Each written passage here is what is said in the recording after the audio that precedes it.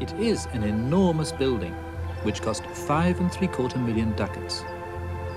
It was begun in 1562 and took almost 25 years to build. It took Philip almost his entire reign to see the building complete. He wanted to make the Escorial a memorial to his greatest foreign policy ambitions, victory over the Ottoman Empire and the Protestant revolt. The overall design was made by Juan Bautista de Toledo in 1561. It created the appearance of harmony.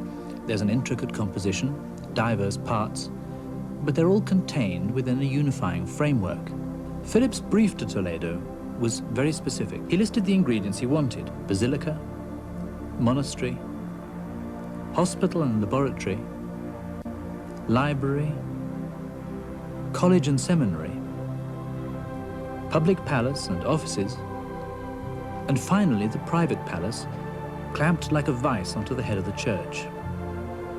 And all these functions were surrounded by a spacious square, or lonja, where the stately ceremonies were staged, and each of these areas had access to its own garden.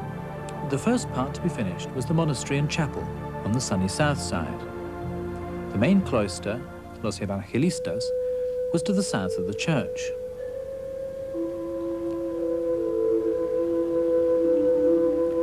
The cloister itself is elegant and spacious. The architectural style was suitably grand and strictly classical.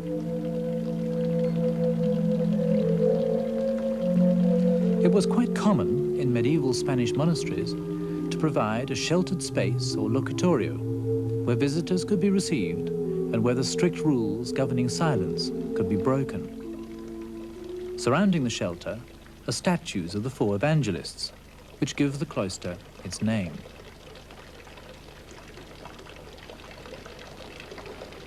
It's an old saying that a monastery without a library is like a fortress without weapons. But Philip decided that he needed more than a monastic library, so he removed it from the monastery and placed it here, in the key position of the whole complex. It straddles the religious and the secular parts of the building, with access both from the monastery and from the college and seminary. Philip wanted his library to rival that in the Vatican. It was supposed to serve the fight against heretics and infidels, but also to enhance the broader quest for knowledge and truth. And sometimes these aims conflicted. There are 50 books on alchemy in this library, and books of all kinds on practical medicine. Philip wanted to promote the most up-to-date ideas in drug making. In the hospital, which was built on the southwest corner of the main block, Philip set up one of the most modern laboratories of the day. On the south side is the convalescent gallery, where the infirm friars could benefit from the view and breeze and sun. And this is also the prettiest corner of the Escorial. Here, Herrera allowed himself to modulate the relentless rhythm. He varied the spacing of the columns and introduced the more decorative Ionic order.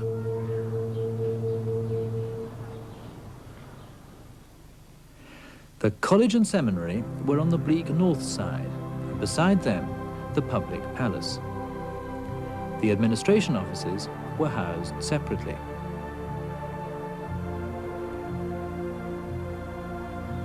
Next to the secular palace was the king's private apartments.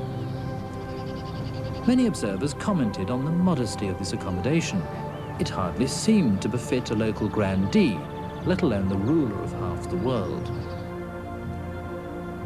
The courtyard could have belonged to a modest merchant in Florence or Rome. What looks like a simple, monolithic structure turns out to be a tangle of complex and conflicting functions and aspirations. Philip's aim of combating heresy and ignorance turns out to include a bewildering range of personal and collective beliefs, of fears and common assumptions which underline the distance between his age and ours.